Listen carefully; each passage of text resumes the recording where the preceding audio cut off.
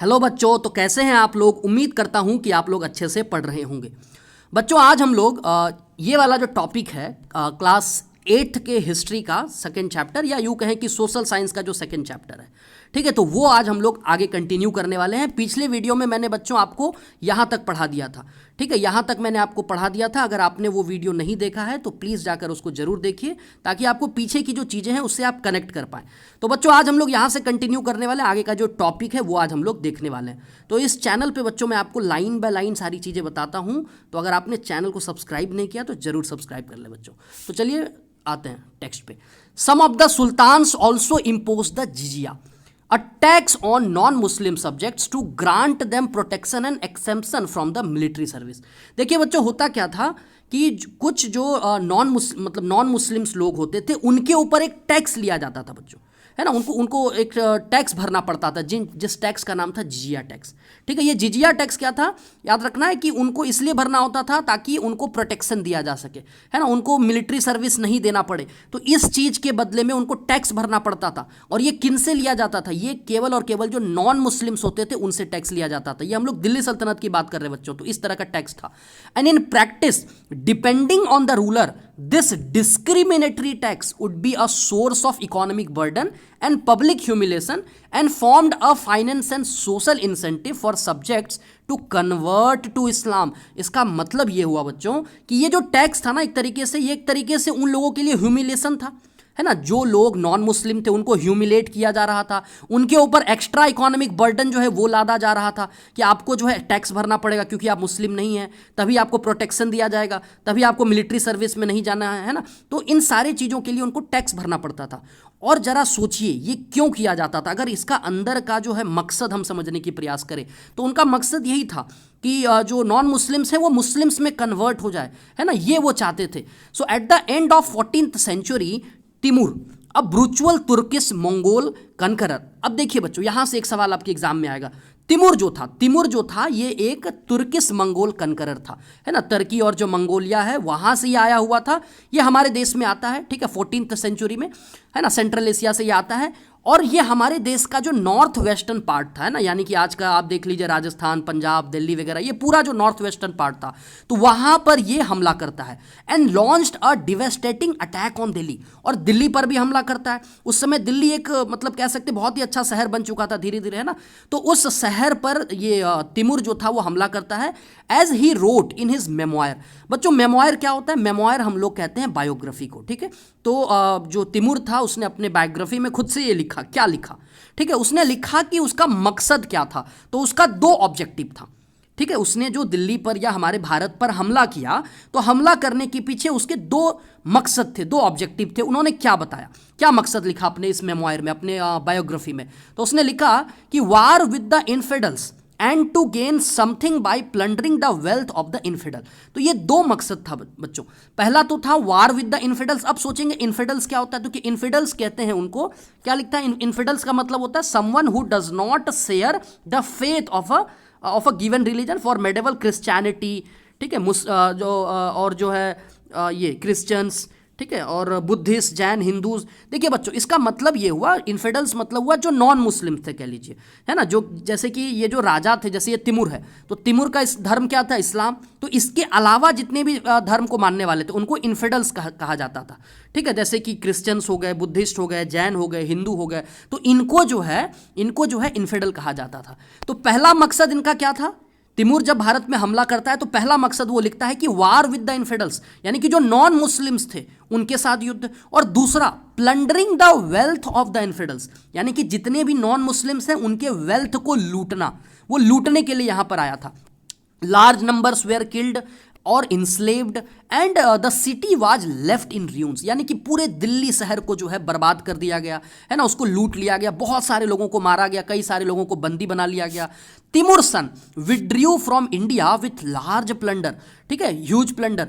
तो यानी कि तिमूर नॉट सन, सून, ठीक है, तिमूर जो है वो बहुत ही जल्दी जो है बहुत सारे जो है यहाँ से वेल्थ को लेकर मतलब अपने देश चला जाता है, यहाँ से भाग जाता है, ठीक है।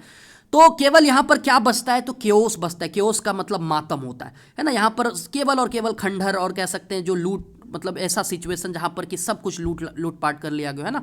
तो इस तरीके से जो है तिमूर जो है पूरे भारत को मतलब जो नदन पार्ट था खासकर, तो उसको जो है लूट कर भाग जाता है ना। In the aftermath the Lodis emerged and establish the last dynasty. ठीक है बच्चों, तो सबसे लास्ट में जो आता है लोदी डायनेस्टी आता है। ठीक है, सबसे लास्ट डायनेस्टी की बात कर रहा हूं, मैंने आपको बताया भी था 5 डायनेस्टी थे, तो सबसे लास्ट डायनेस्टी जो था उसका नाम है लोदी डायनेस्टी। ठीक है, and by then however it's territory had shrunk. ठीक है, तो लोदी डायनेस्टी आते आते बच्चों जो दिल्ली सल्तनत का टेरिटरी था वो बहुत छोटा हो चुका था। ठीक है, क्यों छोटा हो चुका था? क्योंकि दिल्ली सल्तनत को काफी सारा रेजिस्टेंस का सामना करना पड़ा। कई सारे स्टेट्स थे, किंगडम्स थे उस समय। ऐसा थोड़ी है कि भारत में केवल और केवल दिल्ली सल्तनत ही थे, बहुत सारे और भी कई सारे छोटे छोटे किंगडम्स थे, कई सारे स्टेट्स थे। तो उनके द्वारा जो है दिल्ली सल्तनत को कई सारे रेजिस्टेंस का सामना करना पड़ा, जिसकी वजह से दिल्ली सल्तनत जो है धीरे धीरे धीरे बहुत ही छोटा होते गया। तो अगले टॉपिक में बच्चों हम लोग यही पढ़ने वाले हैं कि दिल्ली सल्तनत को रेजिस्टेंस किन से करना पड़ा। ठीक है, तो किन से रेजिस्टेंस करना पड़ा, मतलब किन से जो है टक्कर हुई, दिल्ली सल्तनत को किसने किसने टक्कर दिया है ना, तो ये हम लोग देखने वाले हैं। So throughout its rule the Delhi sultanate faced resistance from many quarters. ठीक है, तो बहुत सालों से जो है, बहुत समय से जो है दिल्ली सल्तनत को रेजिस्टेंस का सामना करना पड़ा। While many kingdoms fail into its net, है ना, मतलब बहुत सारे किंगडम जो थे वो उसके जाल में फंस गए, है ना, यानी कि दिल्ली सल्तनत को अपना कह सकते हैं मालिक या मास्टर मान लिया। लेकिन बहुत सारे ऐसे भी किंगडम थे, बहुत सारे ऐसे भी राजा थे जिन लोगों ने दिल्ली सल्तनत को अपना उसके अंडर या उसके अधीन जाना स्वीकार नहीं किया। ठीक है, उसमें से सबसे पहला जो आता है बच्चों वो है eastern Ganga kingdom. Very important for your exam. तो मैं आपको मैप में भी दिखा देता हूं, ये कहां पर है, ये कलिंग है ना, यानी कि आज का जो उड़ीसा है, प्रेजेंट डे उड़ीसा जो है, वहां पर ये किंगडम था, ईस्टर्न गंगा किंगडम। आपको मैं मैप भी दिखा सकता हूं बच्चों, ये देखिए ये मैप है, या ऊपर में मैप था, माफ कीजिएगा, ऊपर, एक मिनट मैं आपको मैप दिखा देता हूं। ठीक है, ये रहा। ठीक है, ये देख सकते हैं बच्चों, ये वाला जो हिस्सा है ना, ये जो आप देख सकते हैं ईस्टर्न गंगा किंगडम, ये जो पूरा है, ये वाला जो हिस्सा देख रहे हैं, ये जो पूरा हिस्सा है बच्चों, इसको हम लोग कहते हैं ईस्टर्न गंगा किंगडम। तो यहां से जो है, यहां पर ईस्टर्न गंगा किंगडम का रूल था उड़ीसा में आज का, और यहां से जो है टक्कर होता है दिल्ली सल्तनत वालों का। ठीक है, अब इसमें हम लोग बात करने वाले हैं। और दूसरा जो है बच्चों आंध्र प्रदेश भी कह सकते हैं, उड़ीसा आंध्र प्रदेश, ये भी इसके अंडर आ जाता है। ठीक है, so one of its ruler in the mid 13th century was Narasimha Deva first. इसको हम लोग नरसिंह देव फर्स्ट भी कहते हैं बच्चों। तो एक जो बहुत ही इंपॉर्टेंट रूलर का नाम है इसी डायनेस्टी का, इसी किंगडम का, ईस्टर्न गंगा किंगडम का, उसका नाम है नरसिम्ह देव फर्स्ट। ठीक है, नरसिम्ह देव फर्स्ट जो है ये क्यों जाने जाते हैं, यहां से बच्चों आपके बुक में एक सवाल आएगा। ठीक है, ये जाने जाते हैं अपने मिलिट्री स्ट्रेंथ के लिए, बहुत ही ताकतवर थे, इनकी सेना काफी मजबूत थी, और अपने कल्चरल ब्रिलियंस के लिए, इनका जो कल्चर था, आर्ट था, काफी ज्यादा मतलब कह सकते हैं बहुत अच्छा था, है ना।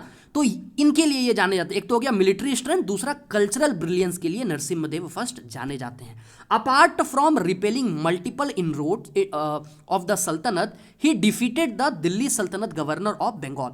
ठीक है, तो इन्होंने जो है दिल्ली सल्तनत के जो गवर्नर थे उसको हराया, जो बंगाल में जो दिल्ली सल्तनत के गवर्नर थे उसको हराया बच्चों। ठीक है, तो ये बहुत बड़ी बात थी। And partially to commemorate these victories, ठीक है, तो इस जीत को मनाने के लिए उत्सव में, है ना, ये जो जीत था, है ना, जो दिल्ली सल्तनत के गवर्नर को जो है इन्होंने हराया, है ना, तो उस खुशी में जो है इन्होंने एक टेम्पल बनाया, है ना। और आपने इस टेम्पल का नाम जरूर सुना होगा बच्चों, he built the famed Surya temple in Konark, है ना। तो ये याद रखिएगा, आज का जो उड़ीसा में जो सूर्य मंदिर है, जो कोणार्क है, कोणार्क में जो सूर्य मंदिर है, सूर्य टेम्पल है ना, सन टेम्पल है, ये किसने बनवाया था। Very important question for your exam, यहां से एक सवाल जरूर आएगा बच्चों कि पूछ देगा कि जो सन टेम्पल है कोणार्क में वो किसने बनवाया था। तो आपको याद रखना है नरसिम्हदेव फर्स्ट, और किस डायनेस्टी या किस किंगडम के ये राजा थे, तो वो थे ईस्टर्न गंगा किंगडम, आज का जो उड़ीसा और कुछ आंध्र प्रदेश का हिस्सा है, वहां पर इनका रूल होता था। तो ये आपको याद रखना है बच्चों।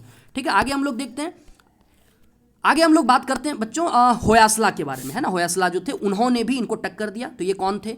सो we mentioned earlier Alauddin push to the south, है ना। अलाउद्दीन जो खिलजी था वो अपना किंगडम जो है साउथ की तरफ बढ़ाना चाहता था, है ना, क्योंकि वहां पर बहुत सारा वेल्थ था, बहुत सारा वेल्थ था। तो इसकी वजह से अलाउद्दीन खिलजी साउथ की तरफ अटैक करना चाहता था। और उस समय यानी कि जब अलाउद्दीन खिलजी राजा था उस समय पता है कौन था साउथ में, यानी कि आज का जो कर्नाटका है बच्चों, वहां की बात हो रही है। तो कर्नाटका में बच्चों at the time the Hoysalas ruled parts of southern mostly the present day Karnataka. ठीक है बच्चों, तो होयसलास जो थे उनका रूल कहाँ था आपको याद रखना, जो आज का कर्नाटका है, आज का जो कर्नाटका है वहां पर इनका रूल था।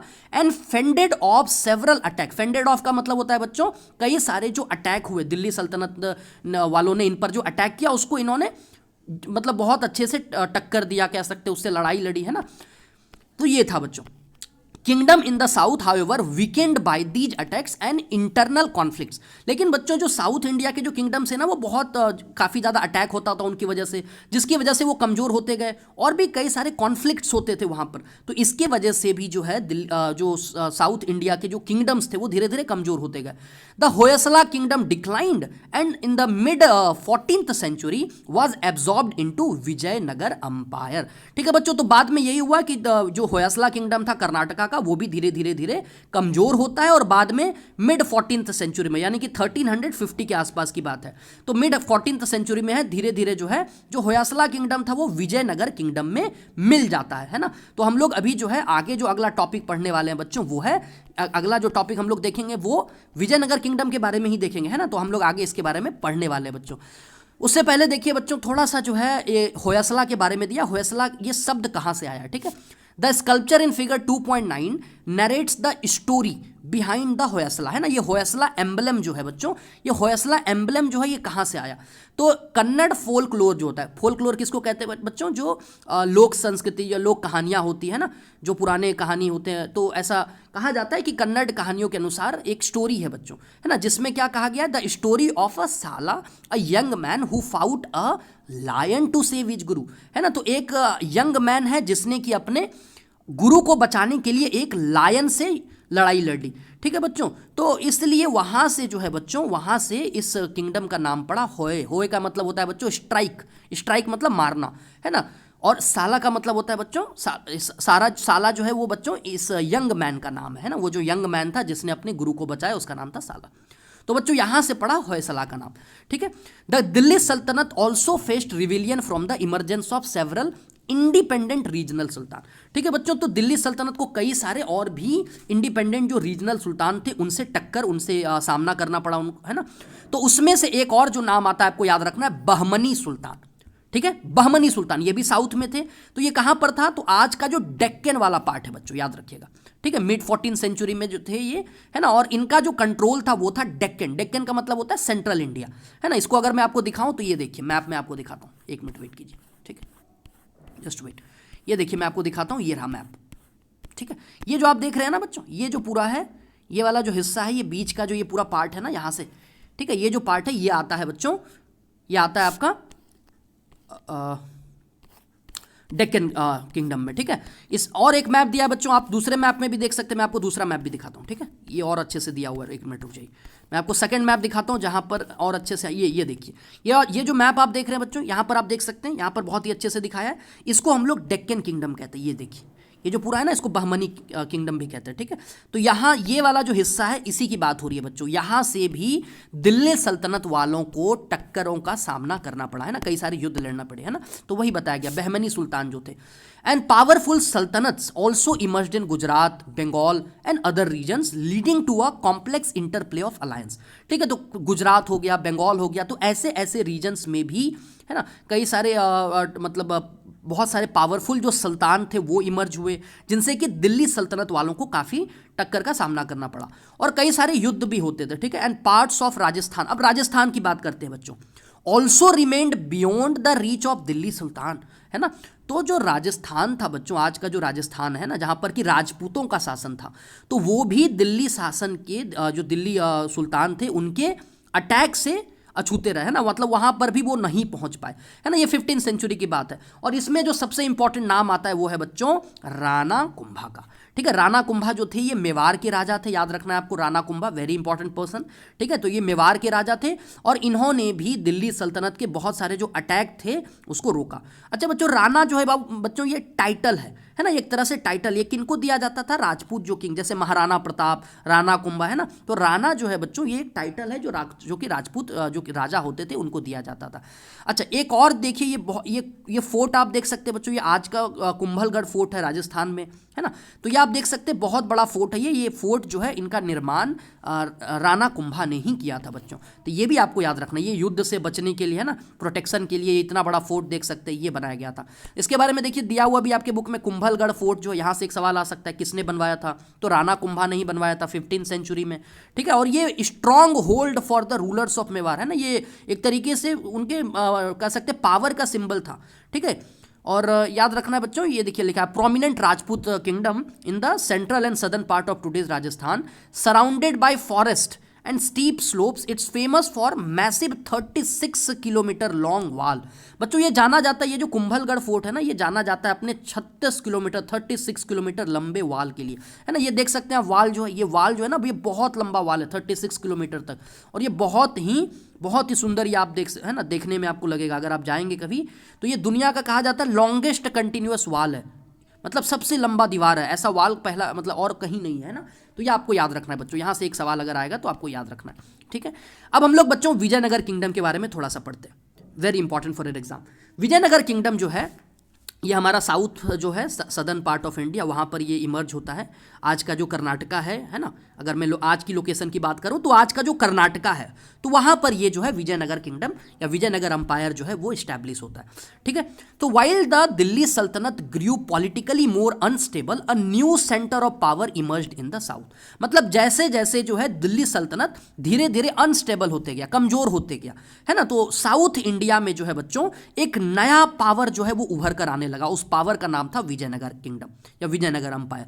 सो in the 14th century two brothers, अब देखिए बच्चों यहां से एक बहुत इंपॉर्टेंट आपके एग्जाम में सवाल आएगा, ठीक है। दो भाई थे बच्चों, एक का नाम था हरिहर और एक का नाम था बुक्का, ठीक है। ये हरिहर और बुक्का जो थे ये दो भाई थे, और इन दोनों भाइयों ने विजयनगर किंगडम की स्थापना की। तो पूछा जाएगा who establish the Vijayanagara kingdom, तो ये जो दो भाई थे इन्होंने किया।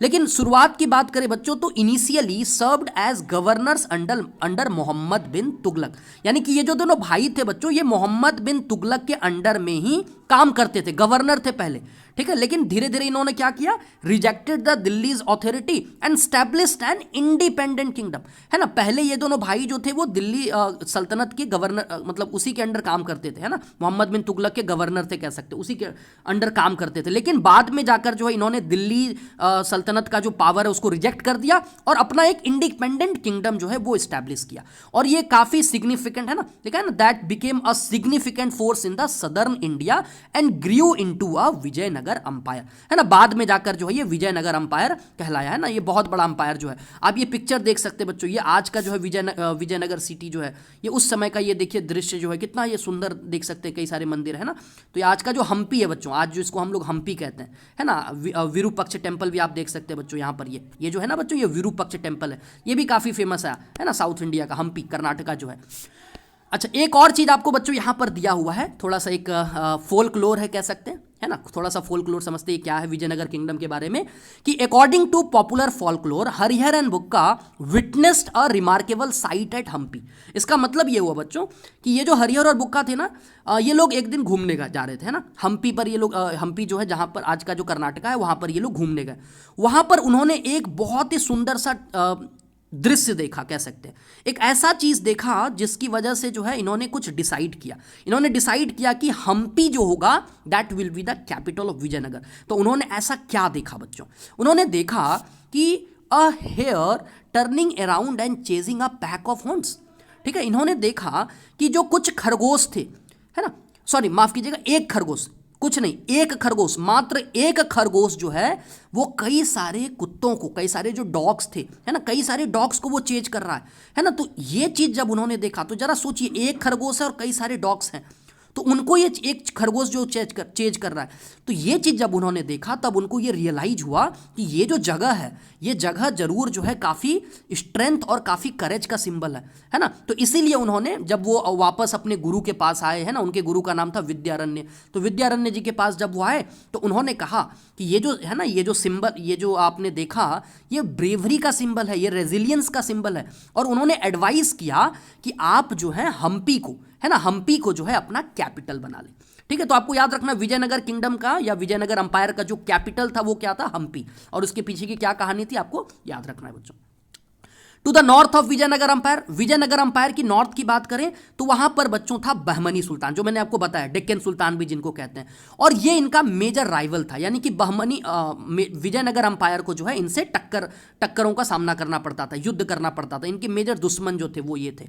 And it eventually fragmented into 5 independent state, जिसको कि डेक्कन सल्तनत भी कहते हैं बच्चों, है ना। बाद में जाकर ये जो था बहमनी सल्तनत, ये बाद में जाकर 5 जो है अलग अलग राज्यों में बट गए। ये 5 राज्यों का नाम क्या है बच्चों, तो एक है बीजापुर, गोलकोंडा, बेरार, अहमदनगर और बिदार। ये मैं आपको मैप में भी दिखाता हूं बच्चों, ये 5 किंगडम का नाम आप देख सकते हैं, ये दिख रहा है ना, बेरार हो गया यहां पर, अहमदनगर, बीजापुर, बिदार और गोलकोंडा। ये पहले जो था ये पूरे सबको मिलाकर हम लोग बहमनी किंगडम कहते थे, है ना। और विजयनगर अंपायर का इनसे दुश्मनी भी था, है ना, ये आपको याद रखना। ठीक है, तो ये बाद में जाकर डिसइंटीग्रेट हो जाते हैं, अलग हो जाते हैं और ये 5 राज्य में बट जाते हैं।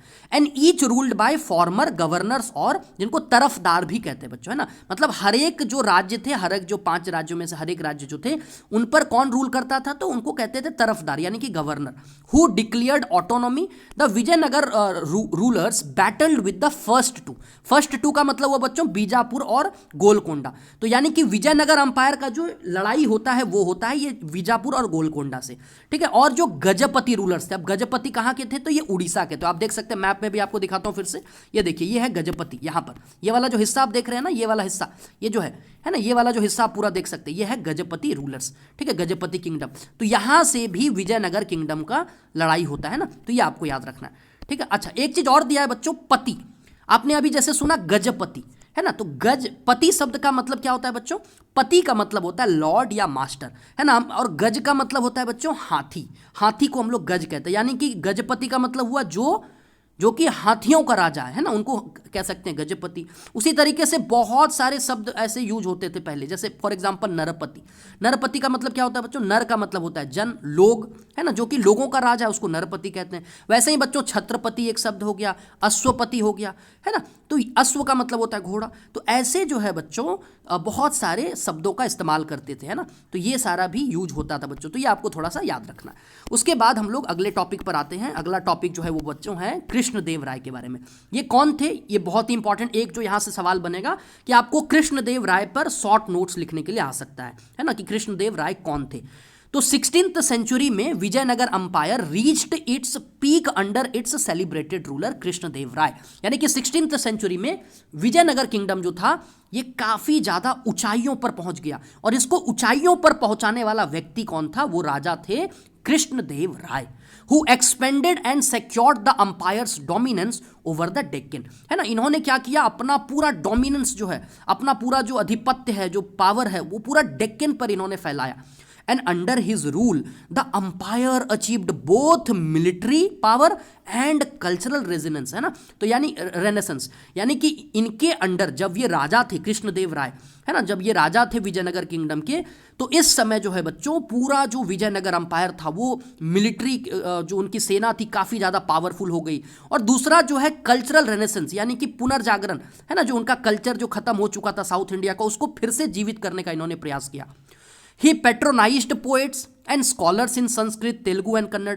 पैट्रोनाइज्ड का मतलब होता है बच्चों कि एक तरीके से इन्होंने जो संस्कृत के, तेलुगु के, कन्नड़ के जो पोएट्स थे, जो कवि थे, जो बहुत विद्वान थे, स्कॉलर्स थे, इनको पैट्रोनाइज किया, एक तरीके से उनको काफ़ी ज़्यादा इंपॉर्टेंस दिया, बढ़ावा दिया, उनको मोटिवेट किया, है ना, उनको काफ़ी आगे बढ़ाया बच्चों। And himself composed an epic poem in Telugu, है ना, तो ये आपको याद रखना है बच्चों। इन्होंने खुद अपना जो है एक पोयम लिखा तेलुगु भाषा में, और उनका नाम क्या था, उनका नाम था अमुक्त मलयड। क्या नाम था बच्चों, अमुक्त मलयड। ठीक है, ये आपको याद रखना, ये इनका खुद का अपना पोयम था, है ना, कृष्णदेव राय का। तो यहाँ से एक सवाल आ सकता है, on the story of Tamil poets and Andal, है ना, ये जो मुक्त मंडल है, मलयड है, ये जो है बच्चों, ये एक अंडल जो है, एक अंडल जो है तमिल पोएट सेंट थे, उनकी कहानी है, ठीक है। और इनका जो दूसरा है बच्चों काम जो है वो है राजनीति, है ना, मतलब इनकी जो दूसरी किताब है कह सकते हैं, या दूसरा जो इन्होंने लिखा वो था राजनीति, राजनीति करके, है ना, एक रॉयल पॉलिसी जिसको कहते हैं, where he expounded his ideas of good governance, है ना। राजनीति में उन्होंने क्या बताया, इस किताब में उन्होंने क्या बताया, गुड गवर्नेंस के बारे में, कि कैसे जो है अच्छे से रूल चलाया जा सकता है, कैसे देश को अच्छे से चलाया जा सकता है। Krishnadeva Raya provided grants to many temple, है ना, इन्होंने बहुत सारे मंदिरों में पैसे दिए, चंदे दिए, उनको बनवाया, है ना, उनको अच्छा करवाया। जैसे कि हम लोग तिरुपति, आप लोग जानते हैं तिरुपति बालाजी, है ना, आंध्र प्रदेश में जो है, उसको इन्होंने कह सकते हैं आगे बढ़ाया या उसको अच्छे से बनवाया, है ना। उसके अलावा विट्ठाला टेम्पल जो है बच्चों, इसको विजयनगर जो हमारा कैपिटल है वहाँ पर ये है, ठीक है, तो उसको भी आगे बढ़ाने का इन्होंने काम किया, अच्छे से बनवाया, है ना। Which displayed many grand temples and palaces other buildings, है ना। तो इन्होंने बहुत सारे टेम्पल्स को बनवाया, कई सारे प्लेसेस, कई सारे बिल्डिंग्स को बनाया, और सबसे बढ़िया इसका एग्जाम्पल है बच्चों आज का जो हम्पी है, ठीक है, हम्पी जो है वो आप देख सकते हैं, ये जो है बच्चों ये है विट्ठाला टेम्पल जो है ना, जो हम्पी में है विट्ठाला टेम्पल, वो आप देख सकते हैं, काफ़ी सुंदर ये है ना, ये भी इन्होंने ही कह सकते हैं इसको आगे बढ़ाया था, बनवाया था, है ना। तो ये बहुत ही इंपॉर्टेंट है बच्चों, ठीक है, तो ये आपको याद रखना है। उसके अलावा जो आपके बुक में दिया हुआ है वो मैं आपको बता दूं, हाँ थोड़ा सा और देख लेते हैं। ये वाला जो टॉपिक है ये मैं स्किप इसलिए कर रहा हूँ बच्चों, इसमें जो है थोड़ा सा जो है आपके बारे में ये बताया गया, हाँ इसमें बता ही देता हूँ, ठीक है, ये भी बता देता हूँ क्या चीज़ है इसमें। देखिए इसमें बताया गया जो फॉरेन ट्रैवलर्स होते थे ना, वो भी विजयनगर किंगडम में आते थे, है ना। तो एक फॉरेन ट्रैवलर जो है वो आया था पुर्तगाल से, है ना, यानी कि जो पुर्तगाल है आज का, वहाँ से वो आया था, ठीक है। और उन्होंने जो कुछ भी देखा, उन्होंने विजयनगर किंगडम के बारे में जो कुछ भी देखा, उन्होंने अपने अकाउंट में लिखा, उन्होंने है ना सारा चीज़ अपना एक्सपीरियंस लिखा। तो उन्होंने लिखा कि है ना very well treated and they came to see sell horses, है ना, and king did not want them to go and sell those precious horses to enemy kingdom, है ना। तो वो यहाँ पर घोड़े बेचने के लिए आए थे ना। तो उन्होंने क्या देखा, यहाँ से मैं पढ़ता हूँ बच्चों, जो मैं इंपॉर्टेंट है वो मैं बता रहा हूँ कि ये जो है ना, इनका नाम था डोमिंगो पेस, है ना। तो डोमिंगो पेस जो थे ये पुर्तगाल के थे, और इन्होंने क्या लिखा, इन्होंने जो कुछ देखा वो मैं बताता हूँ।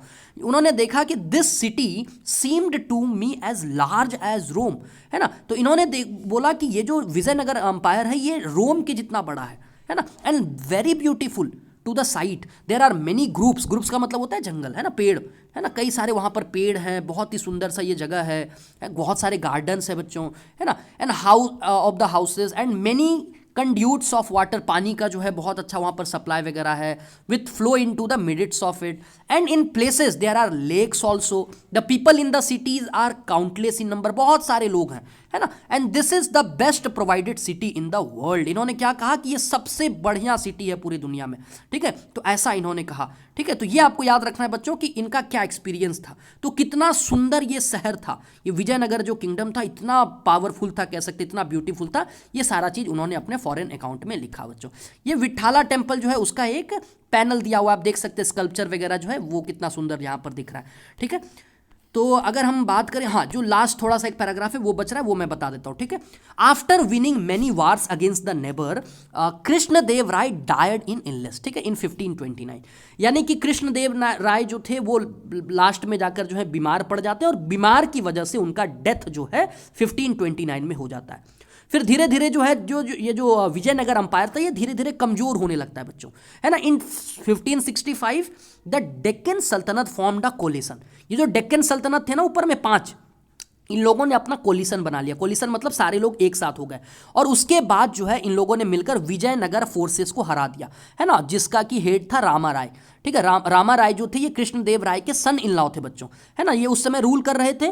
तो इनको जो है उन्होंने हरा दिया, किसने हराया, तो जो डेक्कन सल्तनत थे, सारे डेक्कन सल्तनत जो 5 थे सब एक हो गए, और उन लोगों ने मिलकर रामा राय को हरा दिया, ठीक है। और इस युद्ध को हम लोग क्या कहते हैं, very famous battle of Talikota, ठीक है। यहां से एक सवाल पक्का आएगा एग्जाम में बच्चों, आपको ये याद रखना है, कब हुआ था, 1565 में बैटल ऑफ तालीकोटा। और इस युद्ध में क्या हुआ था, ये जो 5 डेक्कन सल्तनत थे इन लोगों ने मिलकर जो विजयनगर किंगडम के उस समय राजा थे कह सकते हैं रामा राय, उनको हरा दिया, ठीक है।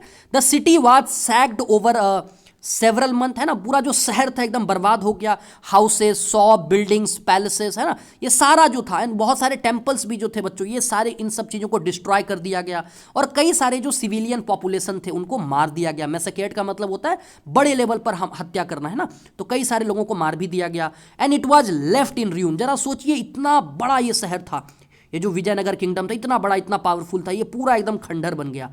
And after this the empire got fragmented into smaller region. फिर उसके बाद क्या हुआ बच्चों, ये जो इतना बड़ा अंपायर था, ये धीरे धीरे धीरे छोटे छोटे हिस्सों में बट गया, और हर एक हिस्सों पर कौन रूल करता था, तो उनको कहते थे नायक्स, है ना, नायक जो होते थे वो हर एक हिस्सों में रूल करने लगे।